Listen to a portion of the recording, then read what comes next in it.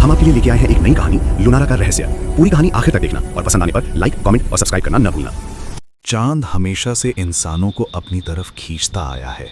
लोग कहते हैं वो ठंडा है, सूना है, बस पत्थरों का ढेर है। लेकिन सच्चाई ये है कि चांद खाली नहीं है, वो भरा हुआ है यादों से, अधूरे सपनों से और उन सवालों से जो इंसान कभी खुद से पूछ नहीं पाए। जब धरती पर रात गहराती है और लोग नींद में डूबते हैं, तब चांद की दूसरी परत पर एक शहर जाग उठता है। उस शहर का नाम है लुनारा। लुनारा किसी नक्शे में नहीं मिलेगा, क्योंकि वहाँ रास्ते ईंटों से नहीं, एहसासों से बने होते हैं। वहाँ घर दीवारों से नहीं, रोशनी से खड़े होते हैं। और वहाँ रहने वाले लोग उम्र से नहीं, यादों से बदलते हैं। लुनारा के लोग कभी बचपन याद नहीं करते, क्योंकि वहाँ कोई बचपन होता ही नहीं। जो जितनी ज़्यादा बातें भूल चुका होता है, वो उतना ही बूढ़ा माना जाता है। हंसी वहाँ होती है, लेकिन बिना आवाज़ के। आंसू वहाँ गिरते हैं, लेकिन चमक बनकर। इसी शहर में रहती थी ईरा। वो बाकी लोगों जैसी ही थी, लेकिन फिर भी अलग, क्योंकि जहाँ लुनारा के लोग हर रात एक जैसी नींद सोते थे, वहीं ईरा हर रात सपना देखती थी।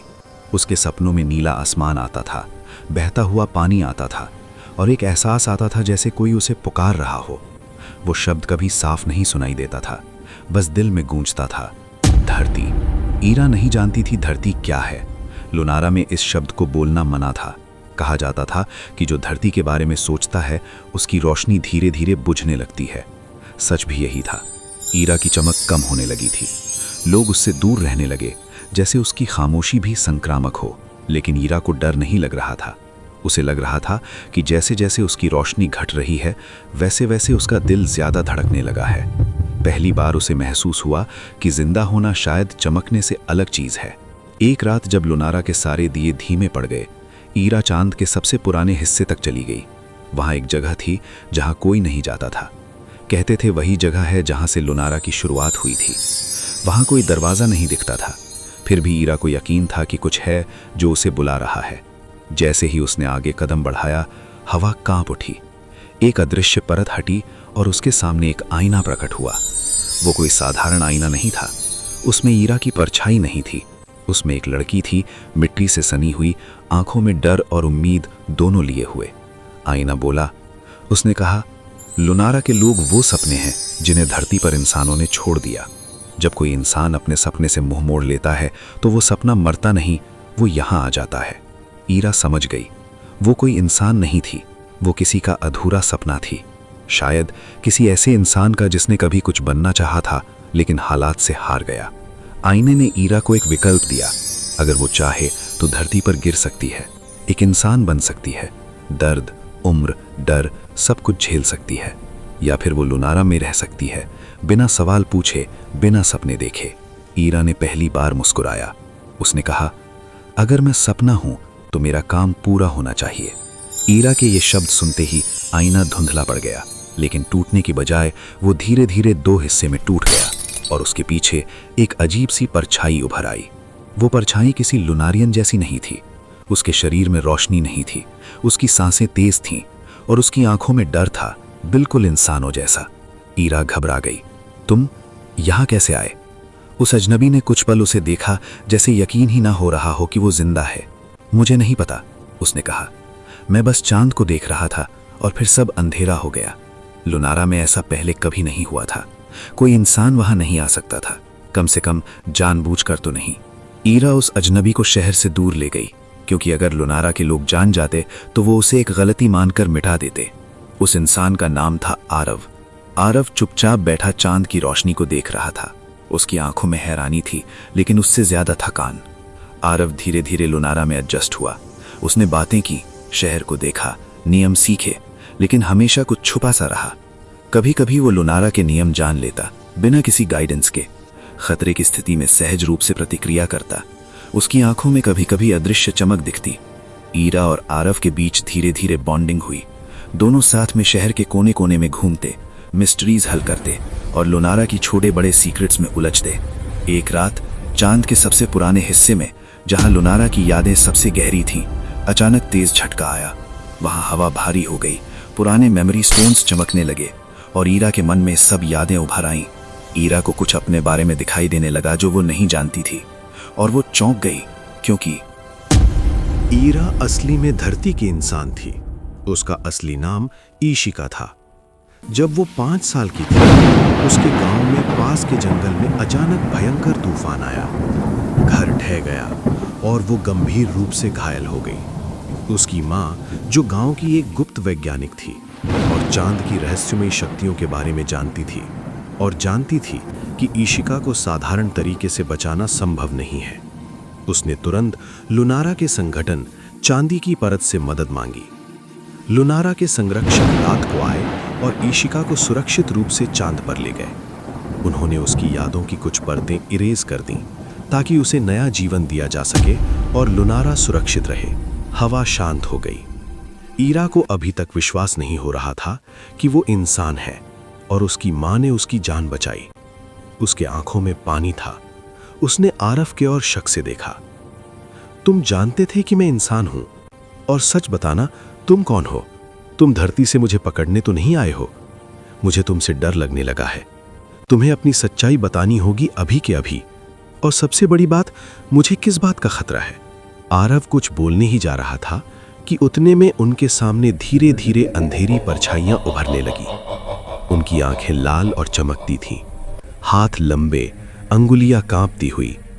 उनके गले से बारीक और डरावनी आवाजें निकल रही थीं, जैसे किसी ने दर्द और डर को आवाज दे दी हो।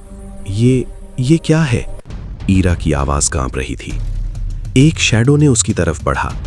उसका शरीर धुंधला था, लेकिन हाथों की छाया जमीन पर बड़ी और विकृत लग रही थी।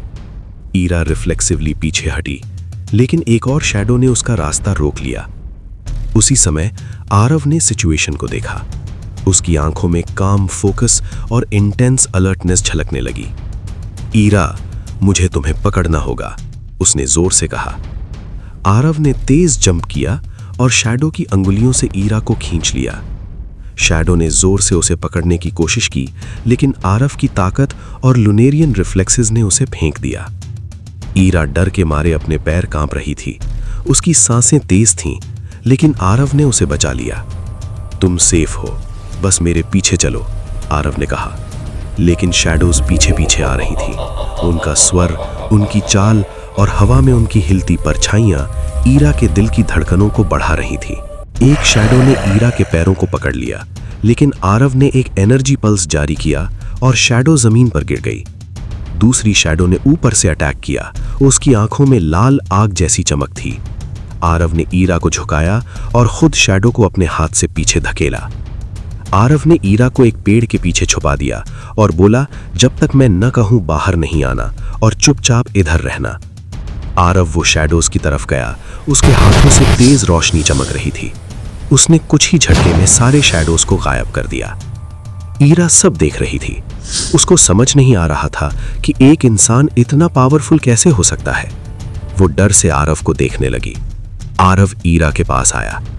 ईरा डर के मारे पीछे गई और बोली, तुम कौन हो? मुझे तुम्हारे ऊपर कोई भरोसा नहीं है। आरव शांति से बोला, चलो मेरा साथ, मैं तुम्हें सब सच बताता हूं।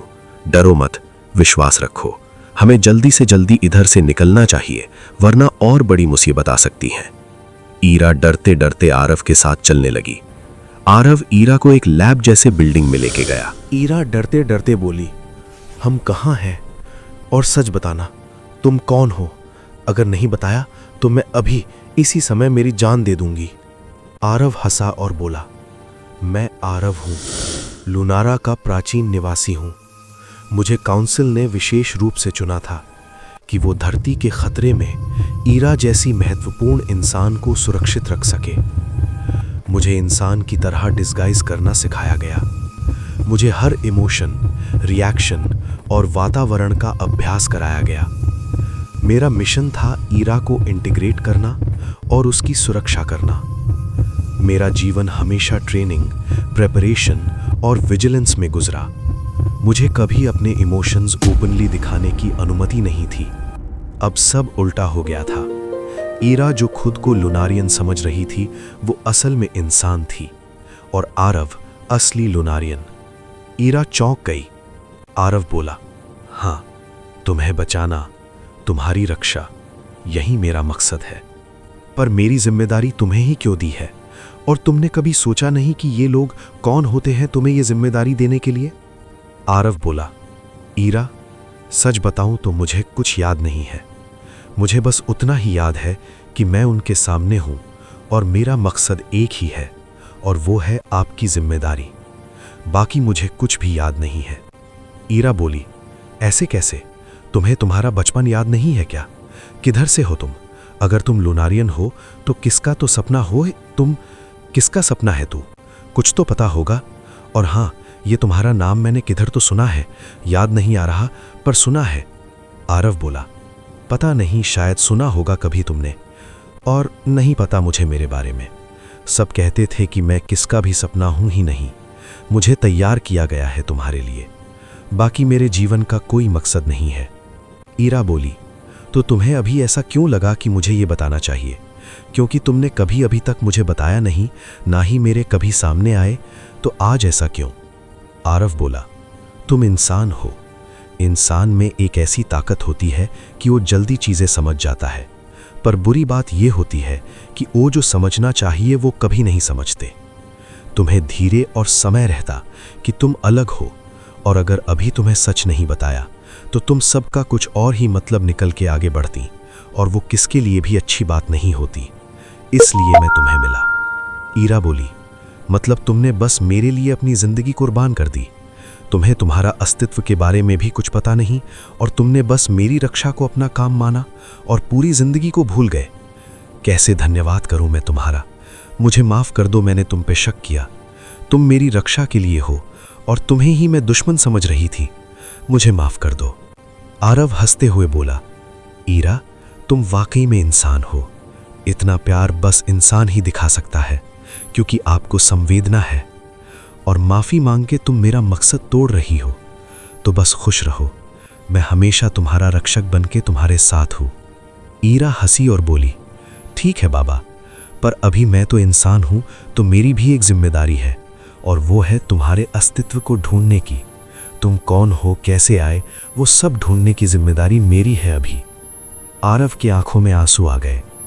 ईरा उसको समझाते हुए बोली कि बस अभी, और मुझे एक बताओ, ये कैसी लैब है? इधर सारे किताबें पड़ी हैं और उस पे कोई नाम लिखे हैं, बस क्या है ये? आरव बोला, ये लैब में जो भी किताबें हैं वो सब आज इस लुनारा का हिस्सा हैं। धरती पे अगर कोई ऐसा सपना तोड़ा जाए जिसको पूरा होने का पूरा हक था पर नहीं हुआ, वो सपने लुनारा पे आता है, और ये सारी किताबों में लिखा होता है कि वो किसका सपना है। पर कोई लुनारा वासी इसको कभी नहीं पढ़ सकता। ईरा बोली, पर मैं तो इंसान हूं, मैं तो पढ़ सकती हूं ना। एक काम करती हूं, तुम्हारे नाम की ही किताब पहले खोलती हूं ना, तो हमें पता चलेगी तुम कौन हो, सपना या कोई शक्ति से जन्मा सितारा। ईरा धीरे धीरे सारा लैब देखने लगती है और आरव के नाम की किताब ढूंढने लगती है। आरव को अंदर से अजीब भावना महसूस होने लगती है। उसने कभी भी अपनी भावना और अपने आप के बारे में कभी सोचा ही नहीं था। उसकी सांसें तेज हो जाती हैं, उसकी आंखें नम होती हैं, और तभी ईरा उसकी किताब लेके उसके सामने आती है। ईरा किताब नीचे रखते हुए बोलती है, पता नहीं क्यों मैं अजीब महसूस कर रही हूं, और वो धीरे धीरे किताब खोल लेती है। किताब खुलते ही सामने एक गांव दिखता है। उधर गांव में एक घर में एक प्रेग्नेंट महिला खड़ी होती है, और एक छोटी लड़की रोते रोते उसके पास आती है और बोलती है कि वो बच्चे मुझे परेशान कर रहे हैं माँ। उसकी माँ हंस के अपने पेट पे हाथ रख के बोलती है, आरव, जब तुम इस दुनिया में आओगे तो तुम्हें अपनी बड़ी बहन की रक्षा करनी है। तुम दोनों साथ में रहो, यही मेरा सपना है। ईरा और आरव दोनों चौंक गए, क्योंकि वो छोटी लड़की दूसरी कोई नहीं, ईरा ही थी, और वो उसकी माँ थी, और उनके पेट में था आरव, मतलब ईरा का छोटा भाई। और आरव दूसरा किसका नहीं, अपने माँ का सपना था। उस दिन जब तूफान आया तब ईरा की माँ ने ईरा को लुनारा को सौंप दिया, पर उस तूफान में माँ और आरव नहीं बच पाए। इसलिए आरव लुनारा वासी हो गया, क्योंकि उसकी माँ का सपना था कि वो जब इस दुनिया में आएगा और ईरा की रक्षा करेगा और दिनों हमेशा साथ रहेंगे। उनकी माँ का सपना पूरा होना चाहिए था, पर नहीं हुआ, इसलिए आरव लुनारा वासी हो गया। ईरा ने आरव को अपने गले लगाया और दोनों रोने लगे। आज दोनों को अपनी असली सच्चाई समझ आई। ईरा और आरव ने अपनी असली पहचान को स्वीकार किया। मैं धरती की इंसान हूं, लेकिन अब मैं यहां रहकर लूनारा की रक्षा कर सकती हूं। आरव मुस्कुराया, और ये सच तुम्हारा छोटा भाई, तुम्हारा रक्षक तुम्हारे साथ में है। लूनारा अब दोनों के लिए एक नया घर बन गया, जहां सपना और वास्तविकता मिलकर एक नई दुनिया बनाते हैं। सपने और वास्तविकता हमेशा साफ नहीं होते, कभी कभी हमारी जिम्मेदारी बन जाती है। असली पहचान हमेशा हमारे भीतर होती है, और उसे खोजने के लिए धैर्य, साहस और विश्वास चाहिए। हर सपना हमें सुकून देने नहीं आता, कुछ सपने हमें जिम्मेदारी सौंपने आते हैं। कभी कभी हम जिस दुनिया को अपनी पहचान मान लेते हैं, वो बस एक आवरण होती है, और जिस सच से हम डरते हैं वही हमारी असली जड़ होता है। असली पहचान वो नहीं होती जो हमें सिखाई जाती है, बल्कि वो होती है जिसे हम दर्द, डर और फैसलों के बीच खुद चुनते हैं। जब सपना और वास्तविकता टकराते हैं, तो सही रास्ता वो नहीं होता जो आसान हो, बल्कि वो होता है जहां हम किसी और की नहीं, अपनी अंतरात्मा की रक्षा करते हैं। हमारे चैनल को सब्सक्राइब कीजिए फॉर मोर वीडियोस।